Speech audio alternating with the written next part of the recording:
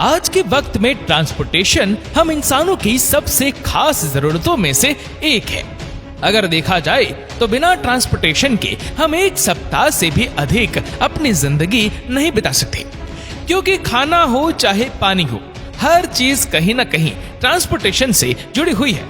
और बात अगर ट्रांसपोर्टेशन की हो तो सबसे पहले हमारे मन में रेलगाड़ी, हवाई जहाज और बस जैसी चीजें ही आती है, जिसमें हम बैठकर एक जगह से दूसरी जगह का सफर आसानी से तय कर लेते हैं। लेकिन क्या कभी आपके मन में यह सवाल आया है कि जिस हवाई जहाज में बैठकर हम सैकड़ों किलोमीटर लंबी यात्रा महज कुछ मिनट में कर लेते हैं, उस हवाई जहाज को बनाया कैसे जाता है? जिस बस में बैठकर हम घर से कॉलेज और कॉलेज से वापस घर आते हैं, उस बस को आखिर तैयार कैसे किया जाता है? आज इस वीडियो में हम आपको इन्हीं सवालों के जवाब को बड़ी बारीकी से बताएंगे। हम आपको बताएंगे कच्चे लोहे से हवाई जहाज बस बनने तक के सफर की कहानी, जिसे देखना आपके लिए बहुत ही रोमांचक होने वाला है।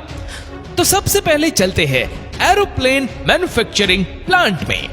दोस्तों, हवाई जहाज देखकर ही समझ में आ जाता है कि इसे उड़ने लायक बनाना किसी बच्चे का खेल नहीं, बल्कि इसे बनाने वाले इंजीनियर के कई सालों तक एक्सपीरियंस लेने के बाद ऐसी चीजों को तैयार किया गया होगा।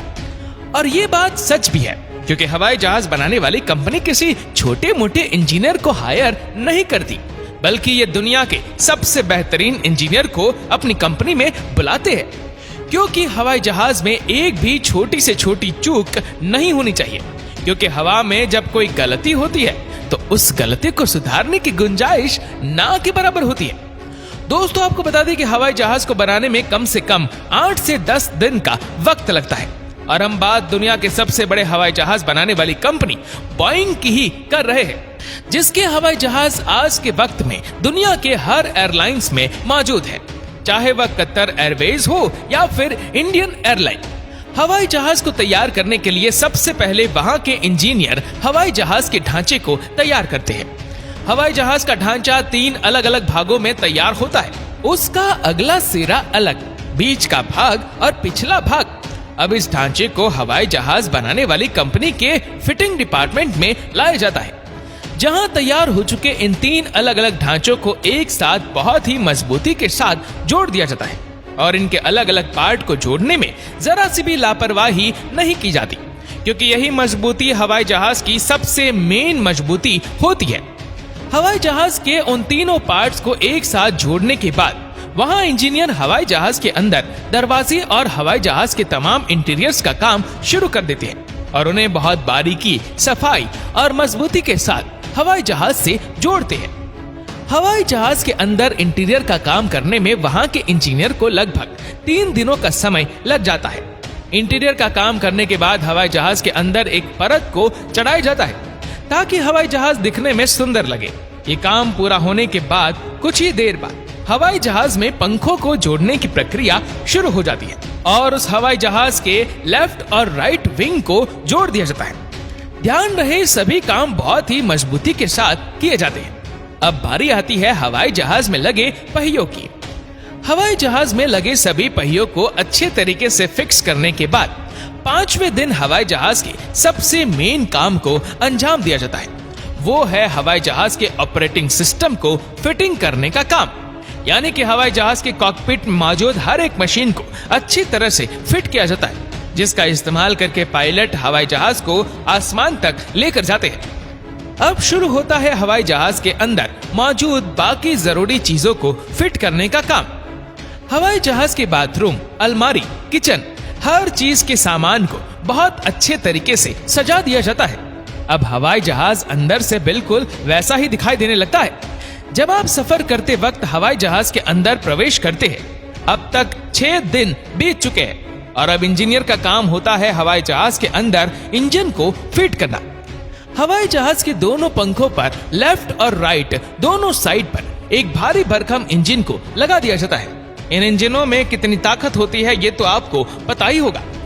इंजन लगाने के बाद वहां मौजूद इंजीनियर कॉकपिट में बैठकर हवाई जहाज की हर एक चीज की चेकिंग करते हैं कि इंजन, पंखे या फिर किसी भी तरह की टेक्निकल चीजें ठीक तरीके से काम कर रहा है या नहीं, चाहे वह हवाई जहाज के अंदर मौजूद एक छोटा सा लाइट बल्ब ही क्यों ना हो। सब कुछ अच्छे तरीके से जांच करने के बाद हवाई जहाज को पेंट करने का काम शुरू हो जाता है। हवाई जहाज को बहुत ही बारीकी से और बहुत ही अच्छे तरीके से पेंटिंग की जाती है। पेंटिंग के साथ साथ हवाई जहाज को जिस एयरलाइन में पहुंचाना है उस एयरलाइन का लोगो और नाम भी उस हवाई जहाज के ऊपर लिखा जाता है और उसके साथ ही उस हवाई जहाज के ऊपर उसका मॉडल नंबर भी चिपकाया जाता है ताकि दुनिया को यह पता चल सके कि जिस हवाई जहाज में वो सफर कर रहे उस हवाई जहाज का मॉडल कौन सा है। अब बारी आती है हवाई जहाज की असली परीक्षा लेने की। हवाई जहाज को मैन्युफैक्चरिंग जोन से बाहर रनवे पर लाया जाता है। एक अनुभवी पायलट उस हवाई जहाज में बैठकर हवाई जहाज को हवा में उड़ाने के लिए तैयार करता है और अच्छी खासी दूरी हवा में तय करने के बाद जब उस पायलट को यह लगने लगता है कि हवाई जहाज पूरी तरीके से ठीक है और यात्रियों को बिठाकर उड़ सकता है तो हवाई जहाज को एयरलाइंस में पहुंचाने के लिए अप्रूव कर देता है, जिसके बाद उस हवाई जहाज को उड़ाकर एयरलाइन कंपनी को सौंप दिया जाता है।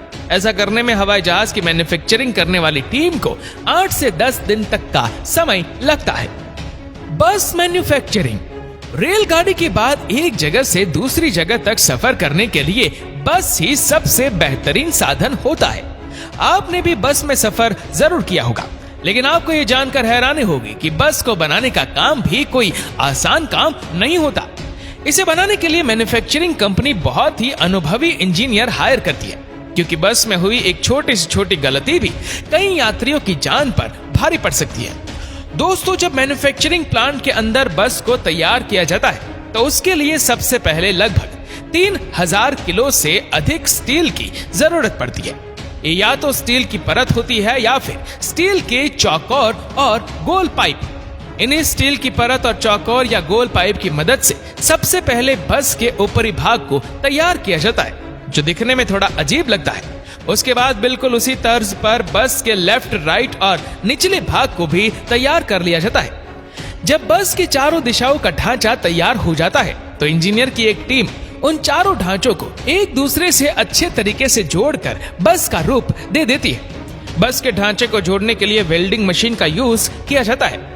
इन वेल्डिंग मशीन से ही बस के हर हिस्से को बहुत ही मजबूती से जोड़ा जाता है और ढांचे को एक दूसरे से जोड़ने के बाद उसे आगे की तरफ बढ़ा दिया जाता है। इसके बाद बस के उस ढांचे के ऊपर स्टील या फिर लोहे की परत को चढ़ाया जाता है। बस के हर उस हिस्से पर जहां स्टील या फिर लोहे की परत की जरूरत होती है, हर उन हिस्सों पर बहुत ही मजबूती के साथ उस परत को चढ़ा दिया जाता है, जिसके बाद बस दिखने में थोड़ा थोड़ा बस के जैसा लगने लगता है।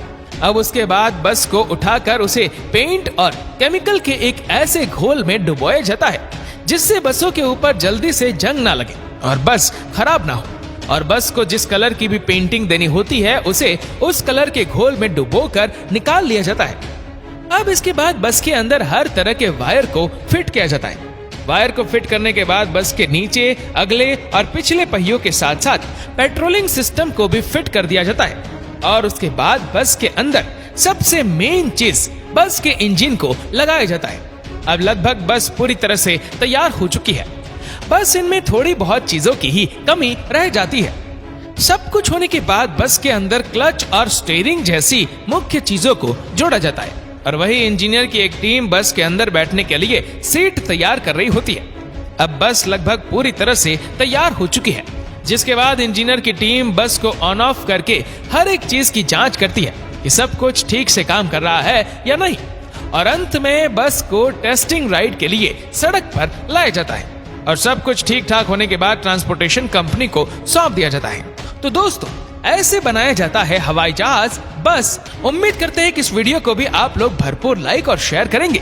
आपको ये वीडियो कैसी लगी नीचे कमेंट करके जरूर बताइएगा, और ऐसी ही और भी रोचक जानकारियों के लिए सब्सक्राइब करें हमारे YouTube चैनल को और Facebook पर फॉलो करें हमारे पेज को। धन्यवाद।